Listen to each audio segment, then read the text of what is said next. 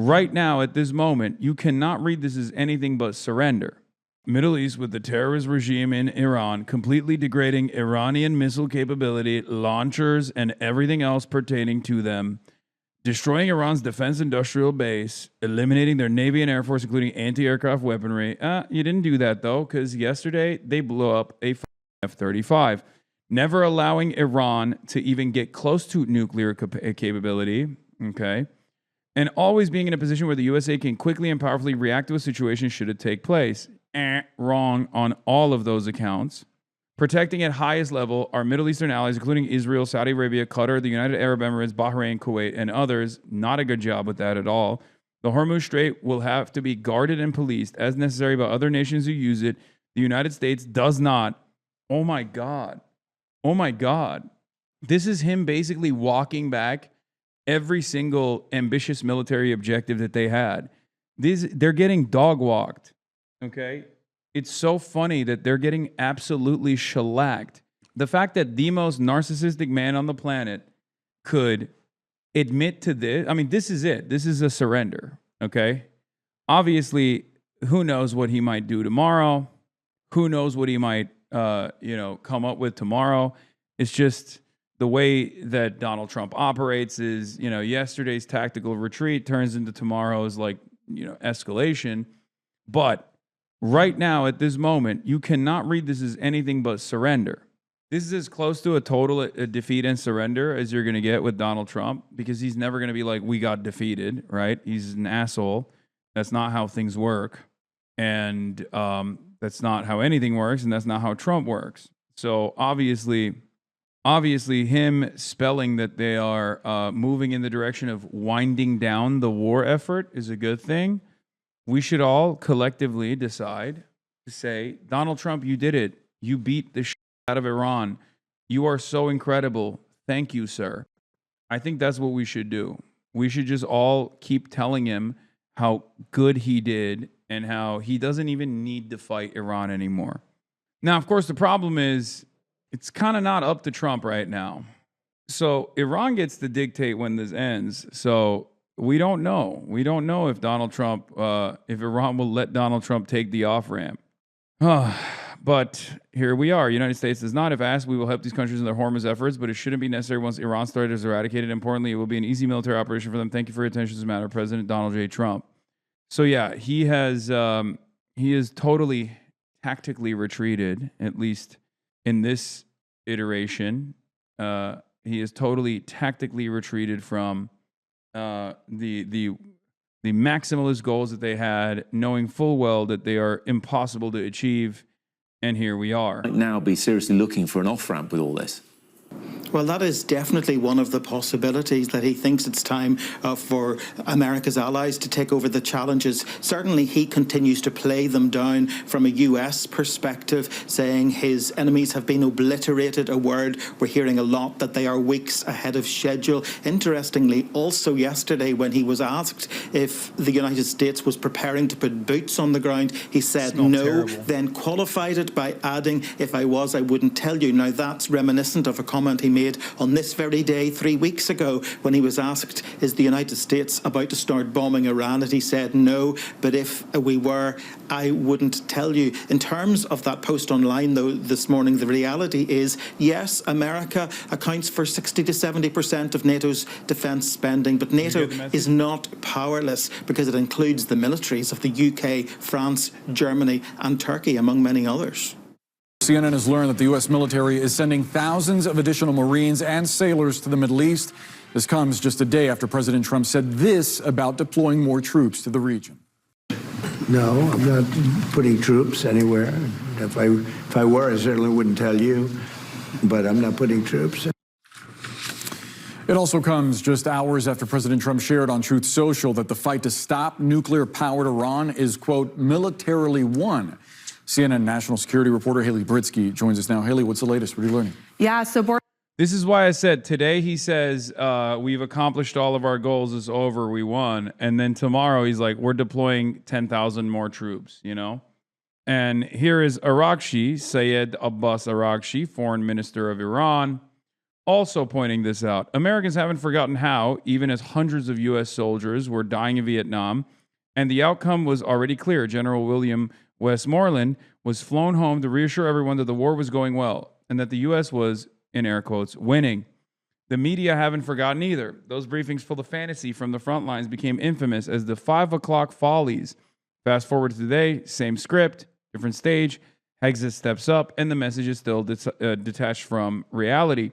U.S. government says one thing, reality says another. Right as U.S. authorities claim Iran's air defenses are gone, an F-35 gets hit. As they declare Iran's Navy finished, USS Gerald Ford turns back, and USS Abraham Lincoln drifts farther away. Different decade, same, we're winning. These guys are just goading them at this point. It's kind of nasty. You don't have to flex on us. Arakshi, you don't have to flex on us, man. Dial it back, brother. We get it, okay? Chill. Nobody likes a sore winner, okay? Nobody likes a sore winner, man. Chill. They're farting on us, dude. This is also part of the reason why I said it's not up to the United States necessarily to end this conflict. It's more so up to Iran. Because these guys, when they initially said, we will dictate the terms and conditions of how this war ends, I initially was like, okay, I feel like that's maybe not the case. I thought perhaps foolishly that, it would be like, previous Iran, way more willing to negotiate with America. But I think they're not going to stop until they have sufficiently caused deterrence, sufficiently caused military deterrence, sufficiently caused economic collapse. Put the fear of God into the capital-owning masters of Donald Trump. Because at the end of the day, Donald Trump is led by certain forces, mostly the forces of capital. So that's where we're at. Of course, we're learning that the 11th Marine Expeditionary Unit off the West Coast is heading towards the region now. This is the second MEU going towards the Middle East. The 31st has already left from the Pacific going towards the region. We don't quite know when it'll get there, of course, what exactly it will do. We're still asking if it will stay in the region, if the military will have 2 of these Marine Rapid Response Forces there. Certainly, it raises questions about boots on the ground options, as that's the first thing people think of when they think of these MEUs. But these units are really kind of the Swiss Army knives of the Marines and of the military. They can provide aviation logistics support. So they provide commanders a lot of options. A lot we still don't know about this deployment, but it certainly provides a lot of options to Admiral Bradley Cooper of CENTCOM. It also raises questions about how long this engagement might go. We heard President Trump say it would be a matter of weeks. Now there are questions about whether this is going to be prolonged. That's right. We still don't know how long this is going to go. We hear Secretary of Defense Pete Hegseth saying it could be 4 weeks, it could be 5 weeks, it could be 3 weeks. Obviously, we're nearing the 4th week point at this point. But they keep saying, we keep hearing from these senior officials that, as we just heard from the president, this is essentially won, that the conflict is, there's fewer targets to hit. But still, the Strait of Hormuz is effectively closed. We just saw yesterday an F-35, U.S. F-35 had to make an emergency landing after sources say it was believed to be hit by Iranian fire.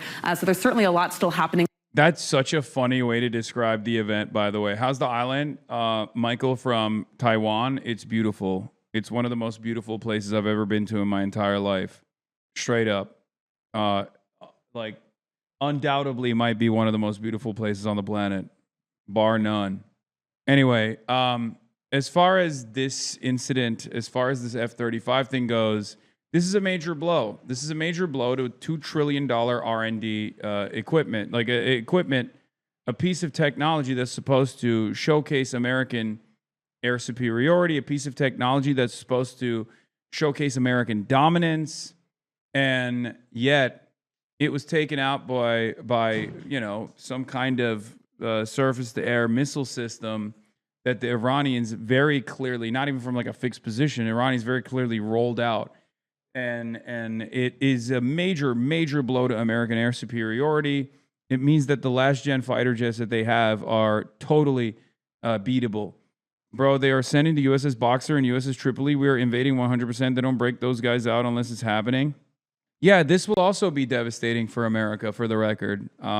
Any sort of additional military incursion of this sort will unironically be devastating for the United States of America, because I don't think these guys understand. Iran also has a significant upper hand in terms of fighting against, in terms of fighting against boots on the ground military warfare. Like, this is the very same topographical advantage that they have, being a mountainous fortress, is going to be doubly relevant when considering the logistics of invading a country that size, invading a country with that many people, especially trained fighters. Iran has a standing military. Iran has the Basij militias. Iran has the IRGC. It's not Afghanistan 2.0. It's so much worse. People think it's going to be Afghanistan 2.0. The Taliban did not have any, like, they had manpads or stingrays, right? But they didn't have the same tools that the Iranian government has. The Taliban would not be able to successfully hold the Strait of Hormuz. You understand? I wouldn't even say, I mean, it's kind of like Vietnam, I guess. It's closer to Vietnam than it is to Afghanistan. But even then, it's not, I mean, I guess Vietnam had a lot of like foreign aid as well. You know, the USSR was there helping out quite a bit. But Vietnam was nowhere near as industrialized as Iran. And Vietnam has jungles. Iran has mountains. Vietnam got aid from Sweden, rare social democracy win. That's goated. It's just not, it's unlike anything that you can really compare it to, and it will be a devastating quagmire. It wouldn't be a quagmire. I think saying that invading Iran with boots on the ground would be a catastrophe, and not for the Iranian military objectives. It would be a catastrophe for America. I mean, of course, it would be catastrophic for a regular Iranian society, but it would be I think it would be a devastating defeat, perhaps even faster than Vietnam. It would completely expose that the American empire is done.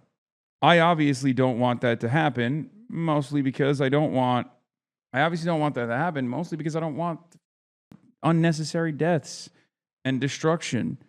But yeah, it's a quagmire now. It would be a catastrophe tomorrow. On the ground here, and these units moving in will just provide more options for what the president decides to do next. Haley Britsky, thanks so much for that reporting. Dude, oh my God. Breaking news. The U.S. has temporarily lift sanctions on oil from Iran for 30 days. Dude. Are you... Dude. Step 1, bomb Iran. Step 2, Iran fights back spectacularly, showing the rest of the world that maybe America's a paper tiger.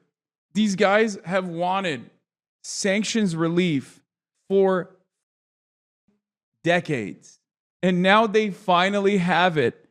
And what it took was for them to literally just blow up every American asset in the region. The lesson here is, yeah, you just got to fight back against America. Hasan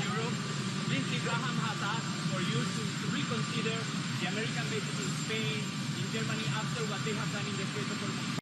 Well, it deserves. He's right about asking that, and I think NATO's gone down a long way because they haven't.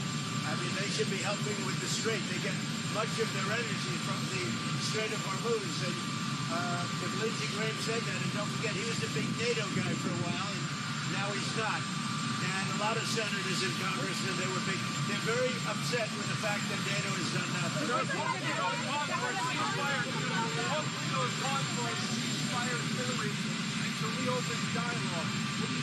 Well, look, we can have dialogue, but I don't want to do a ceasefire. You know, you don't do a ceasefire when you're literally obliterating the other side. They don't have a Navy. They don't have an Air Force. They don't have any equipment. They don't have any spotters. They don't have anti-aircraft. They don't have radar. And their leaders have all been killed at every level. We're not looking to do that.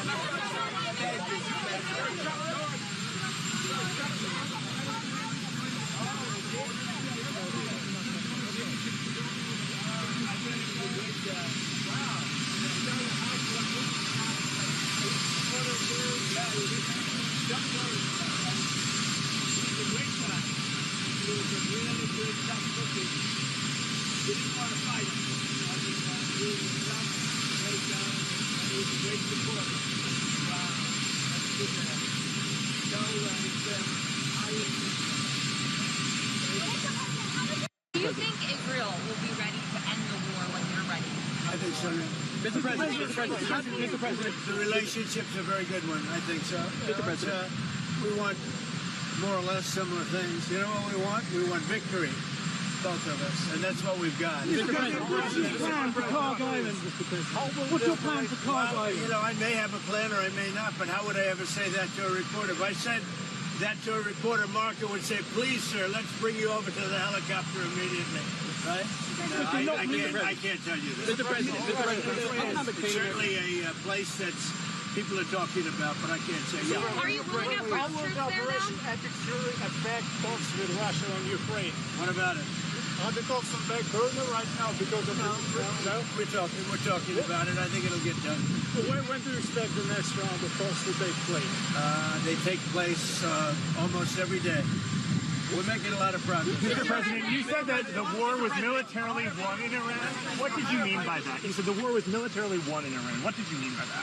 I think we've won. We've knocked out their Navy, their Air Force. We've knocked out their anti-aircraft. We've knocked out everything. We're roaming free. From a military standpoint, all they're doing is clogging up the strait. But from a military standpoint, they're finished. So how much longer should the American people expect this to go? You said opening the Strait of Hormuz is a simple military maneuver. Very simple. Yeah, but what did you mean by that? It's a simple military maneuver. It's relatively safe, but you need a lot of help in the sense of you need ships, you need volume.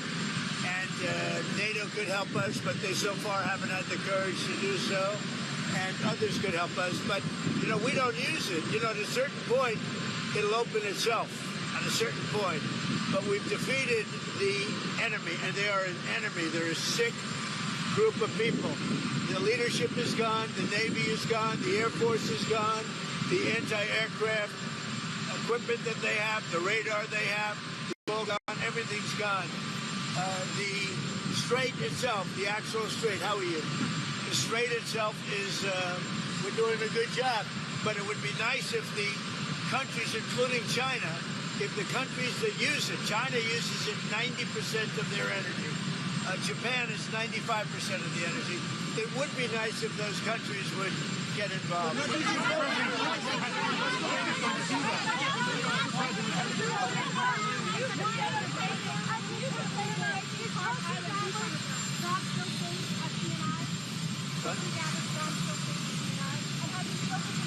I thought she did a good job yesterday.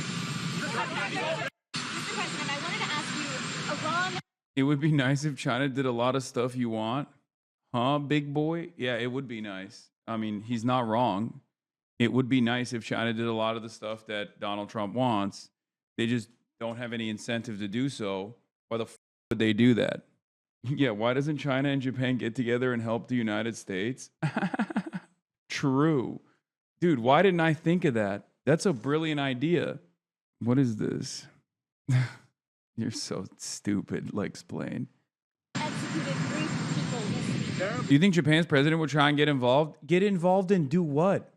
They don't even have, like, they barely have a functioning self-defense forces. Like, what? Japan's constitution makes it illegal for Japan to have an army. Okay? What are they going to get involved with? What are they going to make animes about Iran? What are they going to do? Oh, dude, I'm going to get all my best mangakas on board with this. Once we make the Iranian anime, once we make Iran the villain in this anime, in this upcoming anime, then you'll know. Then you'll know, dude.